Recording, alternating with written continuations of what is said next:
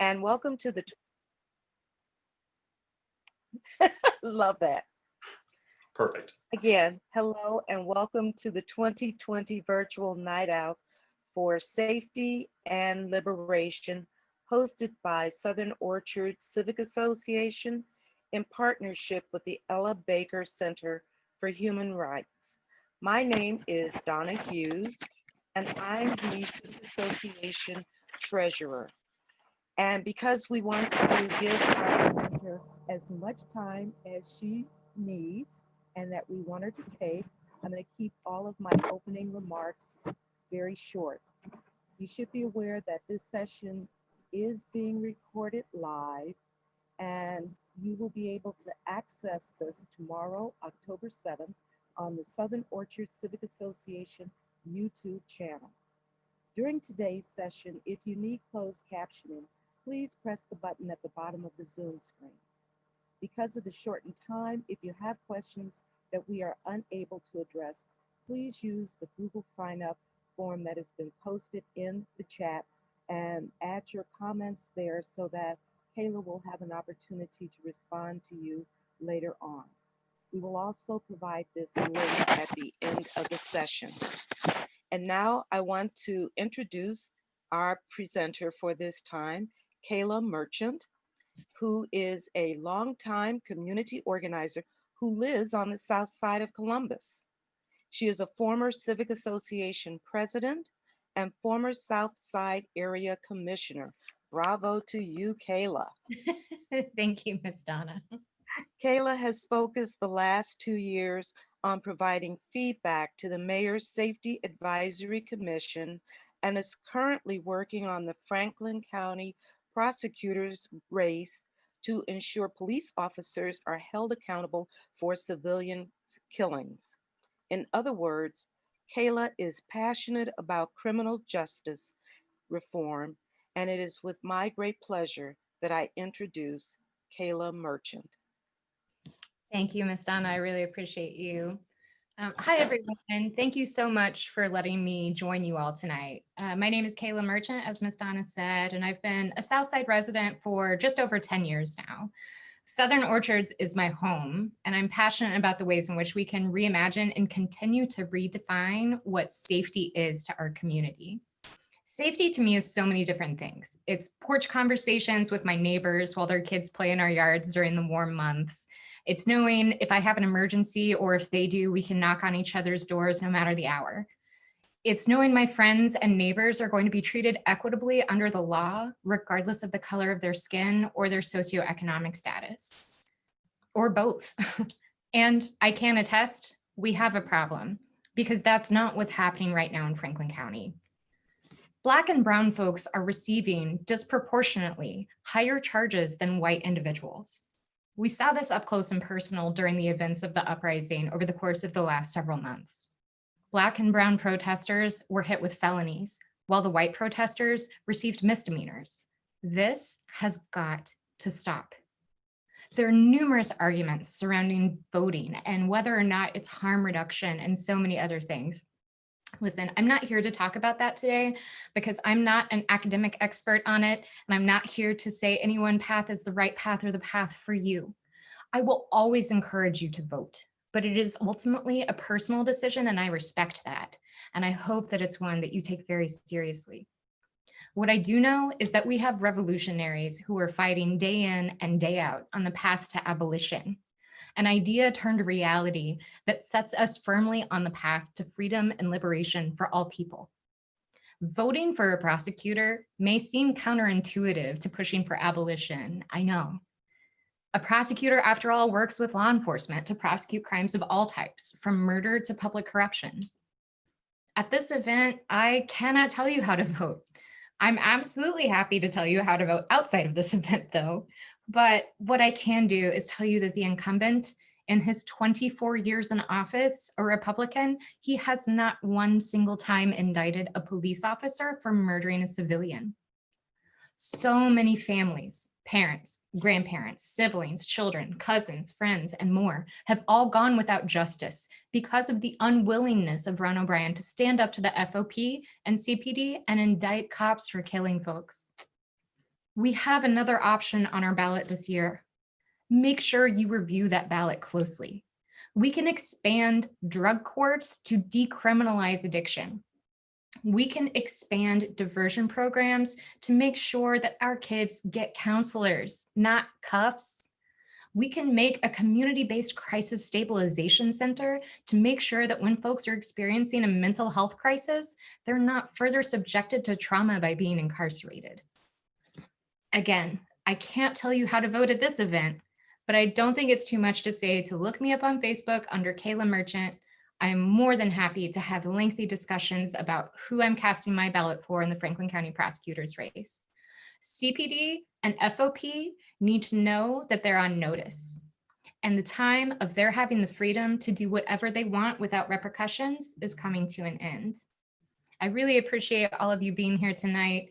Thank you, Atticus and Liz. Thank you, Miss Donna. Thank you, Southern Orchard Civic Association, my civic association, Southside Represent. Thank you all for hosting this wonderful event. And if anybody has any questions, I am more than happy to take those for you. Kayla, I'll start off the questions with, how does what you are doing with the Franklin County Prosecutor Office intersect with what's going on with CPD and what the mayor is trying to achieve? Sure. So that's a great question, Ms. Donna. So basically, the way that all of this works is the Franklin County Prosecutor's Office handles felony cases, right? They handle felony cases and juvenile cases. That's what's different from the county prosecuting attorney versus the city prosecuting attorney. The city prosecuting attorney handles misdemeanor cases. So say that a police officer shoots an unarmed civilian, that's going to the Franklin County Prosecutor's Office for review. The incumbent, Ron O'Brien, he has been, and I'm probably stepping outside of some bounds, Atticus, I'm sorry, it's my fault, not Atticus's fault or Liz's fault or anyone. But Ron O'Brien, he has effectively been in the pocket of the FOP for the 2+ decades that he's been in office. So Mayor Ginther has gone through the Safety Advisory Commission that kicked off, I believe, in late 2017, early 2018. So we've all seen, I think by this point, or if you haven't, I'm happy to provide a copy, the final report that came from Matrix, the consulting firm that assisted the city with that Safety Advisory Commission. And one of those recommendations was the formulation of an independent civilian review board. So that is something that got sped along as a result of a lot of the situations that arose over the summer after George Floyd was murdered out west. So I think that it's important to see that the Civilian Review Board issue that's on the ballot this year, also known as issue 2, it's very important to apply that political pressure to the Fraternal Order of Police. And for anyone who's not familiar with the FOP is CPD's union, effectively. And I'm very pro-union, but also like the FOP takes it way too far in a lot of instances. So it's really important to apply that political pressure to FOP to let them know that the community wants police officers to be held accountable whenever they kill civilians. We have to have some type of due process, and we have not been getting that. Ms. Donna, I hope that answers your question, but I'm happy to follow up if you have more questions. No, that does answer my question, trying to differentiate between those separate entities that we all have to deal with. There's So a lot thank you. out there, of course. Yeah. Kayla, I have a question in regards to grand juries and kind of how that connects with the prosecutor. I have a very brief understanding, and it's a complex system, and it's created to be a complex system because the less we understand it, the harder it is for us to change it. Right. But could you, speaking for myself, dumb it down enough to understand kind of what the grand jury process looks like in Franklin County? I wish that I could dumb it down that much. Even it's like, so I'm not an attorney, just so everyone is aware. I just had like a legal adjacent job for the last 10 years or so, but it wasn't specializing in criminal law or anything like that. So a lot of the grand jury stuff is still something that I'm trying to learn. And what I'm advocating for is for the grand jury process to be far more clear.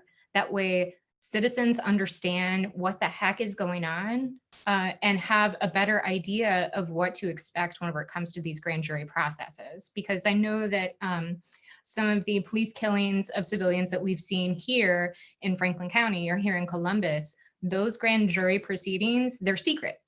They are intentionally designed that way. But also there have been, murmurings, if you will, or rumors that there are significant problems with the way that the grand juries operate here in Franklin County under Ron O'Brien's reign.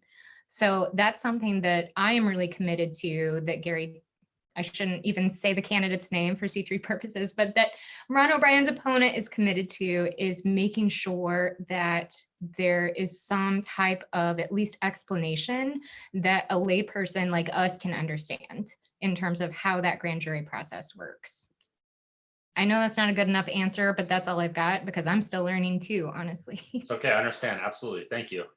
Yeah, for sure. I know that Ron O'Brien has been running negative ads on TV for the person who is challenging him. Is there a way for the citizenry to get a better understanding of who his challenger is?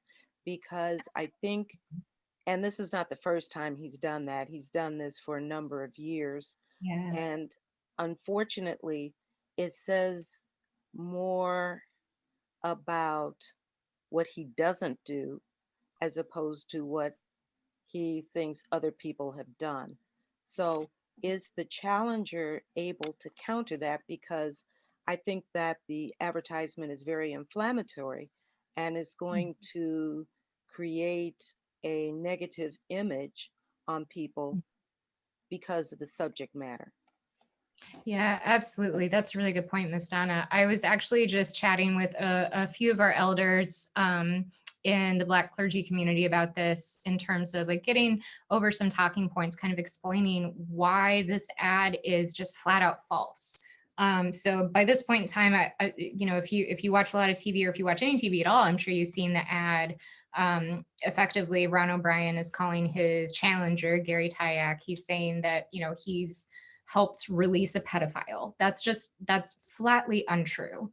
Gary Tyack used to be an appellate court judge. So anytime a ruling was appealed, a sentence was appealed, that means it goes to the 10th District Court of Appeals in this particular jurisdiction. So Gary's job as a judge was to apply the law as it's written. And he actually ruled against police officers in that case, saying that they unlawfully retrieved this evidence from the subjects, or the subject of the investigation, from his home. So that was conveniently left out of the ad, is that there was a lot of back and forth in terms of what the police officer involved was saying. He was accused of making some false statements via an affidavit in the Franklin County Court of Common Pleas. It was a very messy case. And honestly, the fact that Ron O'Brien, that's all that he has to go on in this race, and the fact that he came out swinging so negatively, really leads me personally to believe that he's scared, because he knows that he hasn't held police officers accountable. So he's trying to twist facts. He's trying to do all of this dirty politicking. And Gary Tyack, he's just not like that. He's a good person. He has high ethical standards, high moral standards. You have to when you're a judge. And he just refuses to play dirty. So while we will be issuing a statement on that, we'll be sending it out in the form of a press release. We're not going to hit back in terms of nasty attack ads or anything like that. We, we're believers in the Michelle Obama kind of route of, when they go low, we go high, and we just keep fighting like that. Kayla, would you mind touching on, and I'm grateful that you started this preemptively by talking about safety from a very kind of local standpoint, I agree with you. First of all, I think front porches are the greatest asset that exists in our community.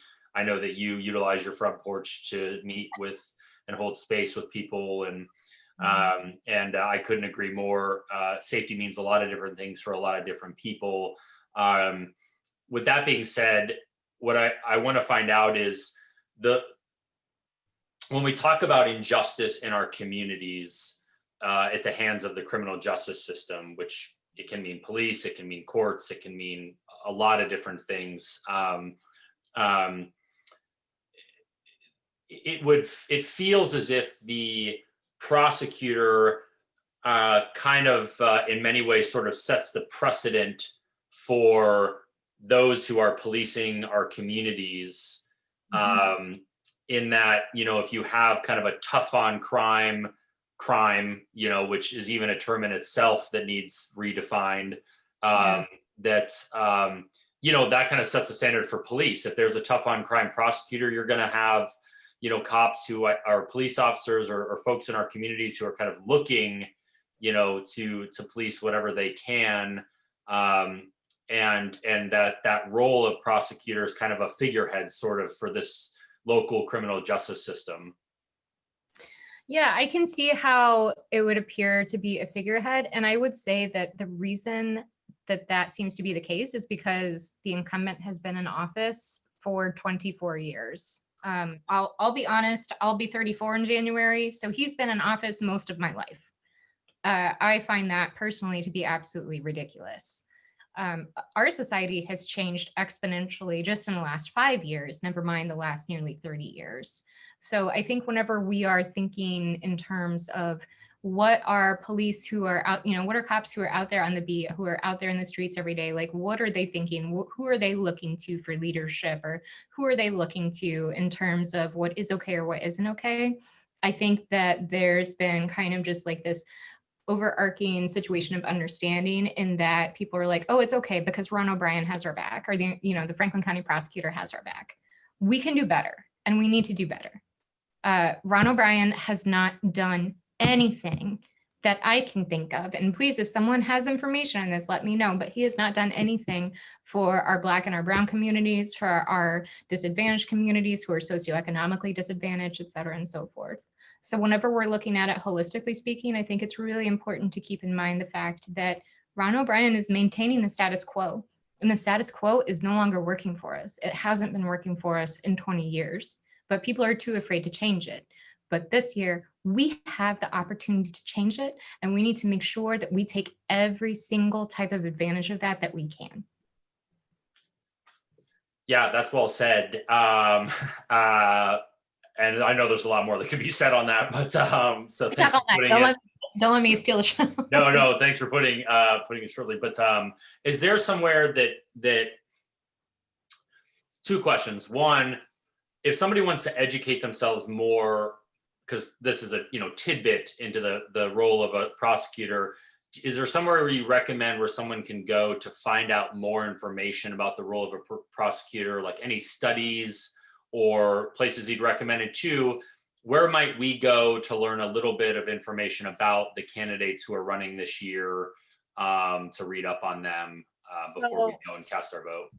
I've got a couple of different things to offer there. And you can put them in the chat if you have like a link or something. For sure. And I'll definitely do that. I just want to explain them before Sure. I drop them in there. So one thing I'm going to drop in there is the 21 Principles for 21st Century Prosecuting. So it kind of goes in, this study that was done by the Brennan Center actually kind of feeds into what we're talking about tonight, reimagining public safety, reimagining what our criminal justice system can look like, and taking a transformative approach as opposed to taking purely a punitive approach.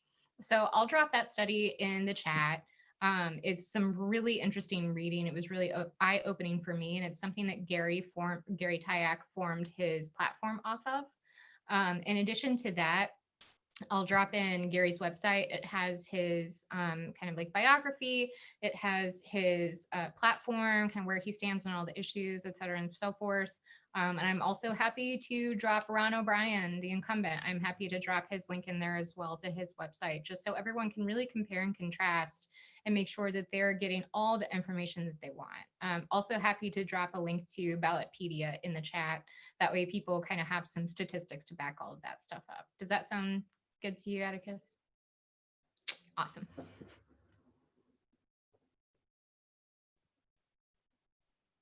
That's it from me. Are there other questions for those individuals who are participating in this session? Is it okay if I ask something? Certainly, by all means, Julian. Okay, thank you. I was just wondering, you mentioned in the beginning abolition. I was wondering if you saw the work you do in any way in the broader context of the complete and total abolition of all police from society, and how you would see it in that context. That's a really great question, Julian. So kind of what I was alluding to in the beginning is that I have so many different community organizers have different theories of change. So some folks are very good at working on the outside game. They're very good at knocking down those walls. There are also some folks who are firm believers in the inside-outside theory, where you maintain relationships on both, I don't want to say both sides, but both on the front line of people who are working on knocking down those walls, but you also maintain those relationships with the people who are inside. That way you can kind of have the ear of both. And also it's kind of a bridge building exercise, if you will, to say like, hey, FYI, people on the inside, this is what people who are knocking at your door, this is what they're expecting. And if you don't give it to them, they're going to knock down your door, like beat it down. So you might want to give it to them now. It's definitely something that's tricky and that is hard to explain at times. But in terms of the path to abolition, like I said, we have so many folks out there. I'm sorry, I haven't seen the schedule today. But I know like if Dakema hasn't been on yet, they'll be on later, and they're really, really knowledgeable in all of this type of stuff. So they'll really approach this from a, and I don't want to speak for them, of course, but I would imagine that they would speak to this strictly from a more so abolitionist perspective. Whereas I see my role in kind of like being in the background and like staying in the background and trying to kind of keep things moving forward while we have these folks who are moving toward abolition as a whole. I think that every role is important and everybody has a role. I don't know if that answers your question, Julian. I hope that made sense. Yes, it did. Thank you. Okay, you're welcome. And Dakema will be on in our 8:30 to 9:30 hour. She will be wrapping up our day. So yeah, Dakema's great. Just wanted to shout them out to you. So yeah, for anybody interested in kind of the like abolition movement in and of itself, they'll be kind of doing a deeper dive into what that looks like. So I would definitely encourage you to check that out.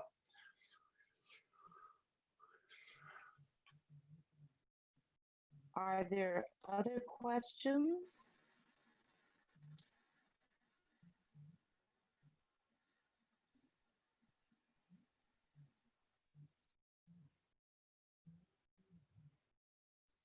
In a nutshell, Kayla, because we have 5 more minutes.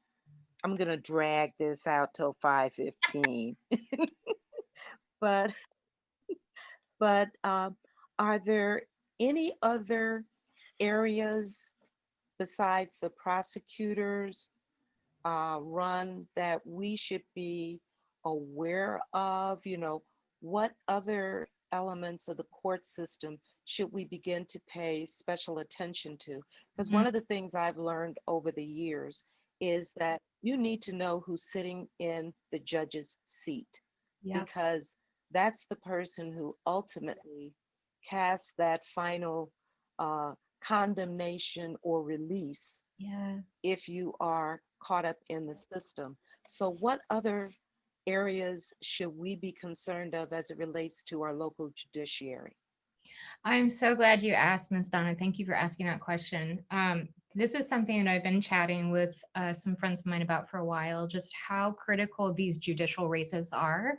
So a lot of these folks that we're working to elect to the Franklin County Court of Common Pleas, they're the ones who are going to be hopping on, they're going to be the judges on these cases moving forward. So it's really important to understand where they stand on the issues.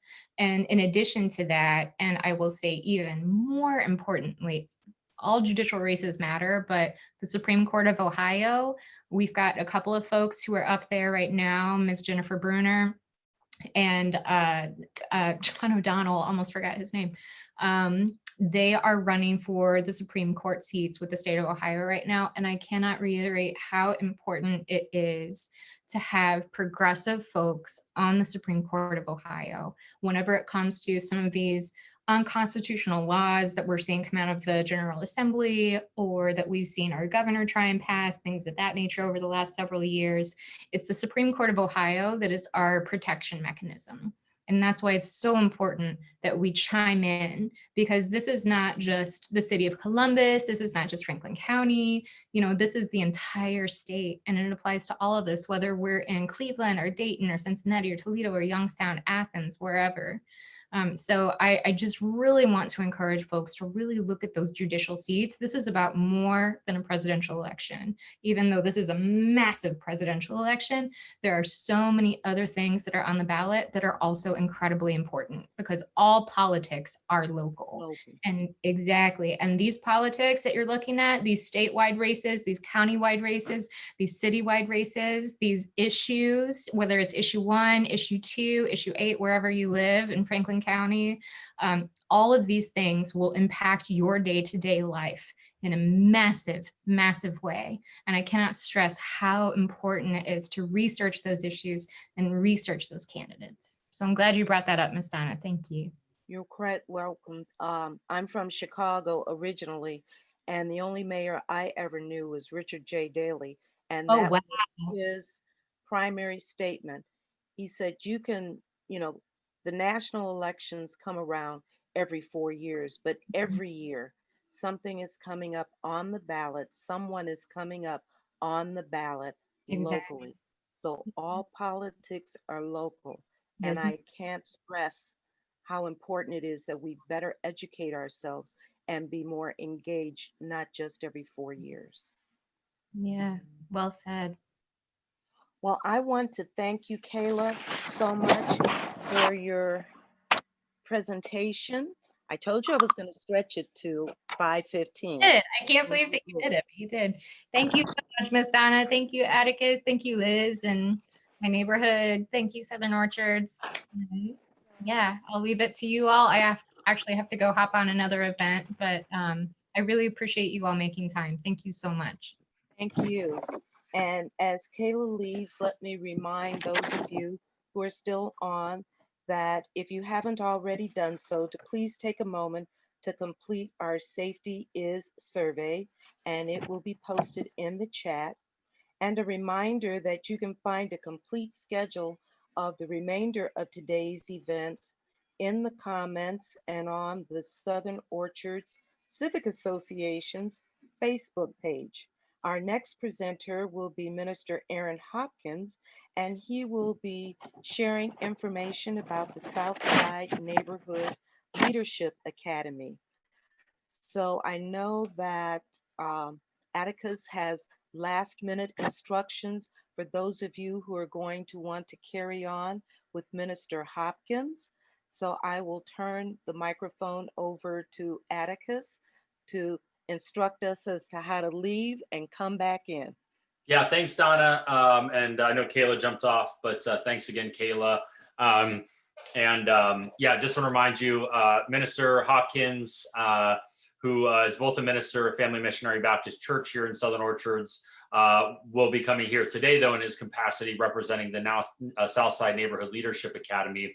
But he will also be discussing kind of broader, and I'm going to do some little back and forth with him as a fellow graduate of that academy, kind of discussing what we call asset-based community development, or what they call the ABCDs. And this is going to be looking much more kind of local.